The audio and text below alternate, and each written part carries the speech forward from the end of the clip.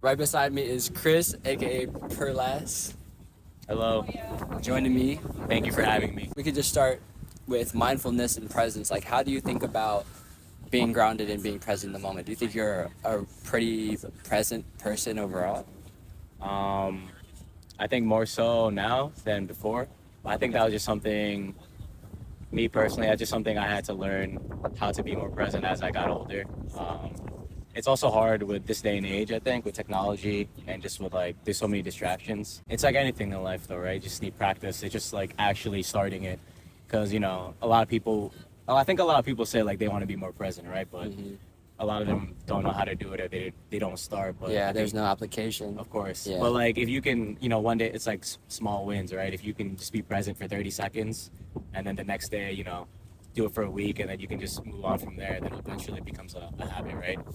So, Yeah, I think that's a good point. Like, the importance of gradualness in habit formation. It's like you don't want the practice to seem like such an insurmountable obstacle. yeah. Like, once you hear 30 minutes of meditation, you're like, damn, 30 That's minutes. a lot, right? That's a lot. That's a But lot. like, Yeah. you close your eyes for maybe 5 minutes, suddenly it's doable. Yeah, I forget who the author is, but it's called The Power of Habit.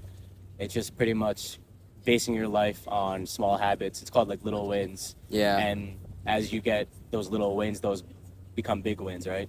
I mean, the main key they talk about is making your bed in the morning. You wake up, start your day making your bed. You set yourself up at least for the day for success, right? And that carries on with like anything in life. Yeah. Yeah. One of my favorite quotes is, how you do anything is how you do everything. How you do anything is how you do. Yeah, facts. Bringing intention into like every single thing that you do, Facts.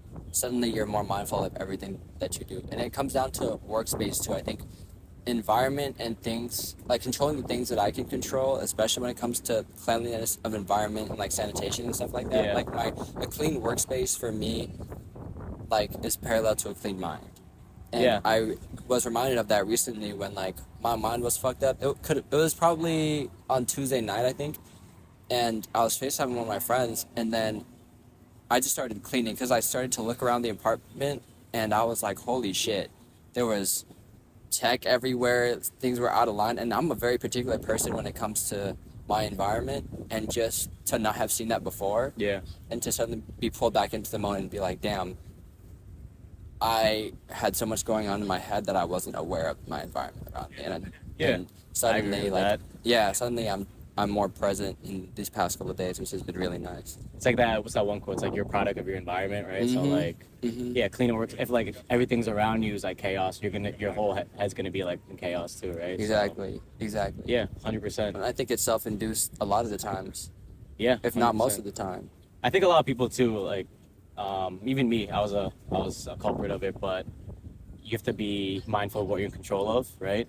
I think a lot of people, they get confused or get anxious because they know about the variables they can't control and they let that overtake what they can control, right? So then Yeah. they start forgetting about like focusing on what they can actually control and like, progress from there. Yeah. Are you familiar with the circle of influence and circle of concern? Like the I am concept not of that? actually. So basically, there's two circles.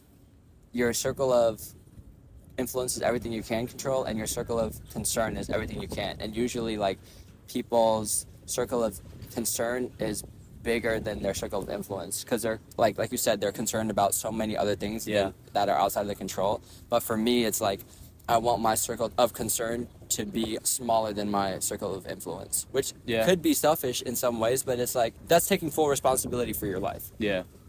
I mean, it's good to be selfish too. Like that's another thing. It's like everything in life, right? You can't have too much of something. Like you can't be too selfish, but you have to be to a point where it's enough. You have to find a balance in everything. In Yeah, life. especially as someone who I think tends to be a people pleaser, it's like I came to the point where I was so drained, I think I wasn't living for myself enough. Yeah. And then I started to become more selfish and do things for myself, and That's good. life suddenly looks totally different. Yeah. You know? I feel that.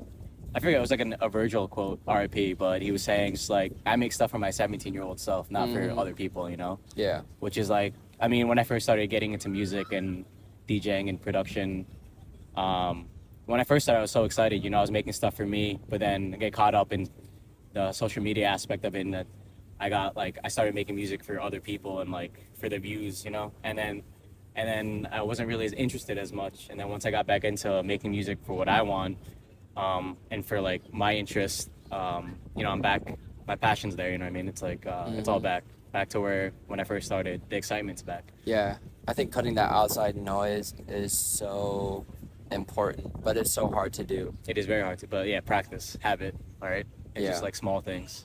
And do you think that was relatively recent in terms of you like taking that step back and channeling that inner passion again? Yeah, I think it's very recent. Yeah. It's when I first got exposure to the DJ community or just like music community, I would say yes to a lot of things because you don't want to skip on opportunity. But as I got more gigs and everything, I started to realize again being more selfish and taking step backs and saying yes and saying no to the right things, right? So yeah, that's pretty recent, I would say. And I'm still learning today. I'm not perfect. Yeah, it's always a process. Yeah. I think that comes down to like the idea of allowing your perception to evolve, because I think when you're newer to the scene or in any scene, Yeah. like you have a certain hunger and a certain view of things, but then once you start to like see things for how they are, that's when you have more vision. You can see things a little bit more clearly, and then you kind of can decide what you want out of that and how to control, how to move in those circles how you want, right? Yeah, and I think with perspective, it also goes hand in hand with vulnerability. You're not going to get new perspective if you're just doing the things you're comfortable with, right? So in order to grow, you have to be uncomfortable, making yourself vulnerable, doing things you're not used to, and like, because that's the only way you're going to learn if you like things or just seeing new outlets, right? That's also key with me, like growing up these past like 5 years, just like getting into new music. I don't want to just talk about music, but it's like anything in life, right? Like if you're a chef, for instance, if you're only used to cooking one thing, you're going to be biased or just like locked in on certain things. But if you want to grow or be artistic or creative, you're going to have to open yourself. Exactly. Open, like try new things, right? Yeah, that's how everything in life is. Yeah. There's a quote, it's everything you seek is on the other side of fear. No matter what you seek, it's going to be outside of your comfort zone because it's something that you don't have yet.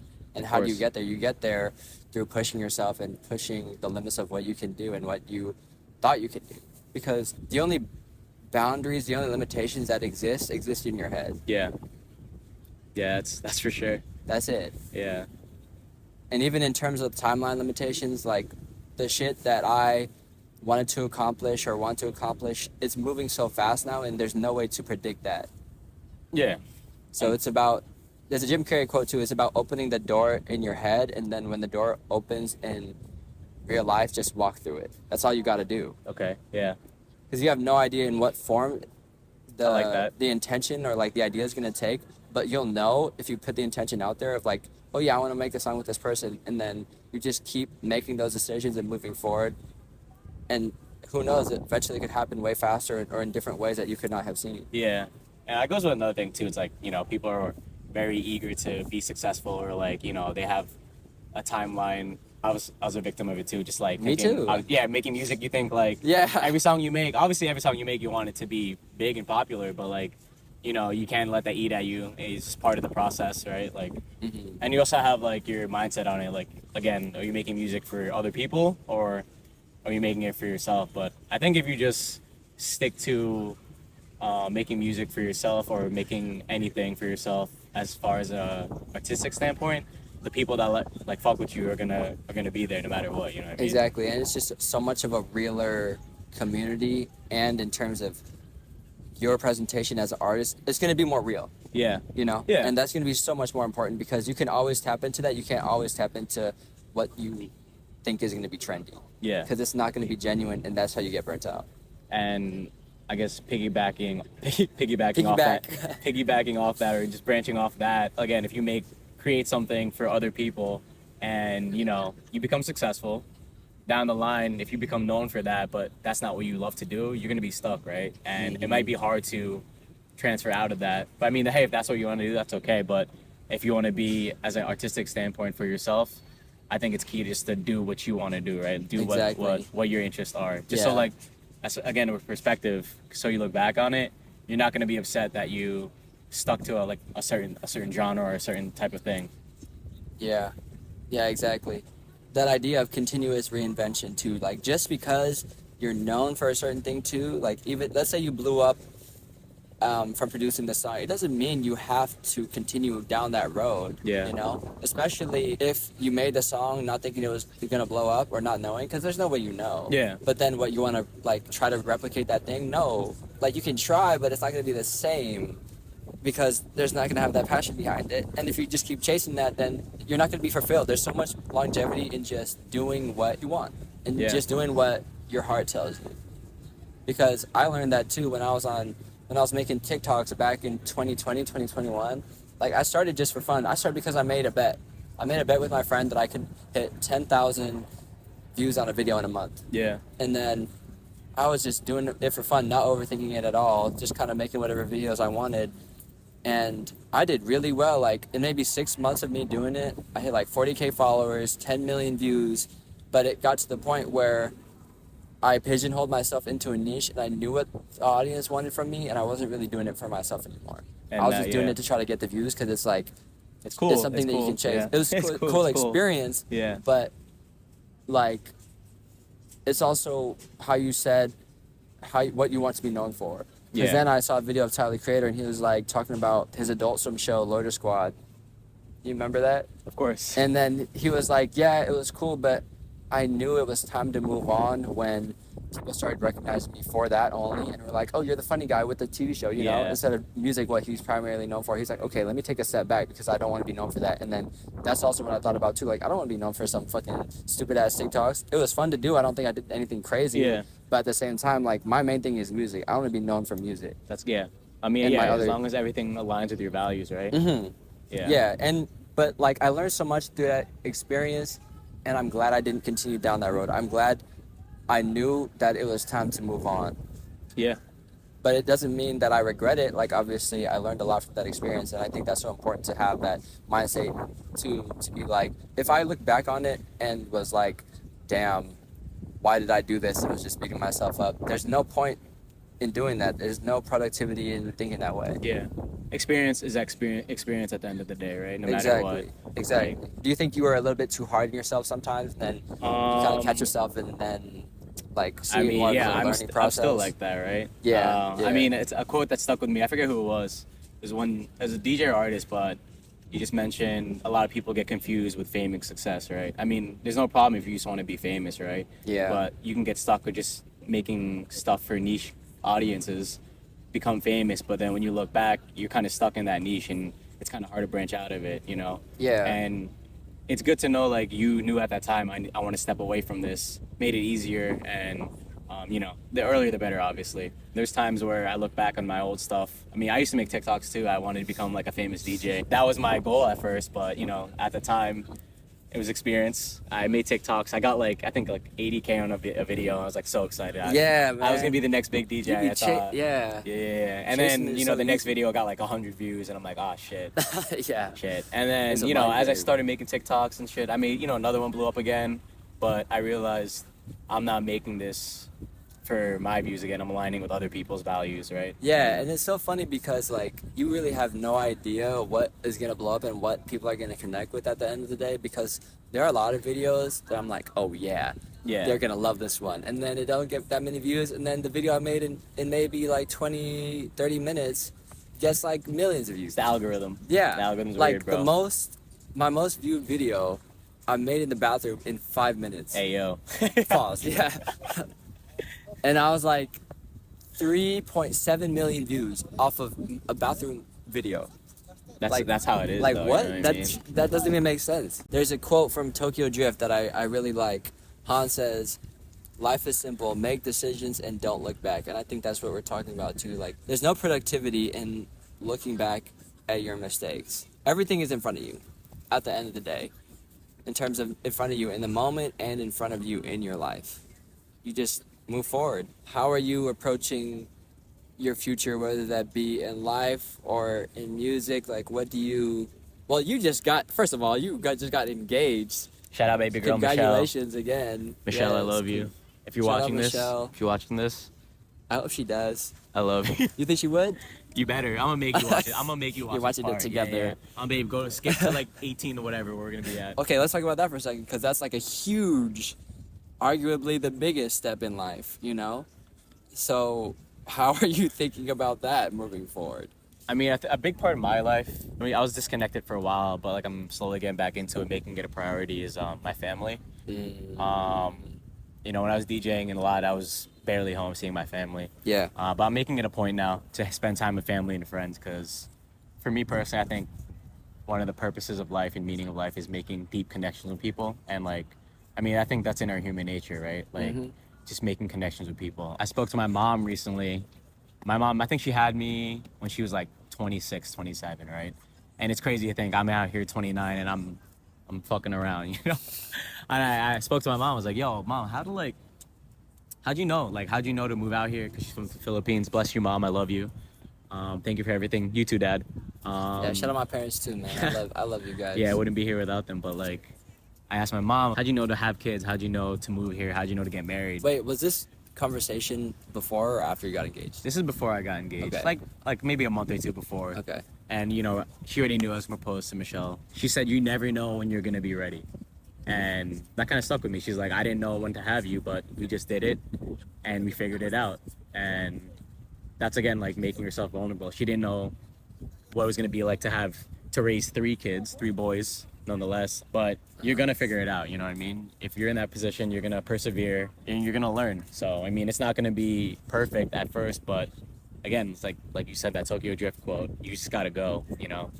You just gotta get it started, right? Was that the quote? You just gotta get it. You just gotta get it on. What was the quote? Not like that. Hey, yo.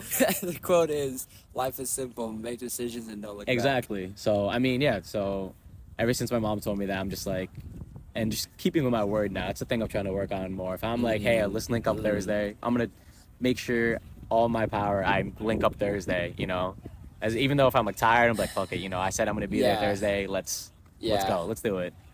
That's something I'm definitely been working on, like my word, and really just showing up for the people who matter to me, even if I see it as an inconvenience. Like, friendship and any relationship doesn't mean much when it's convenient. Yeah. It's in the moments that you really, number one, told someone you're gonna be there, but even in the moments where you didn't tell them you're gonna be there. Yeah. You know, because then sometimes that means more. Showing up means a lot, man. Showing up is everything. Yeah. Even if like, yo, if you show up to something and it's like, hey, I can only stay for like 5 minutes, but like I just want to let you know I'm here. You know, Exactly. I'm here for you. Yeah. Exactly. That's okay. You know, that's more than anything. And you'll never know how much that means for people, because there have been so many instances where people have shown up for me, both physically, but then even also just checking up on me. And it's like, you have no idea what that can mean for someone else. Yeah.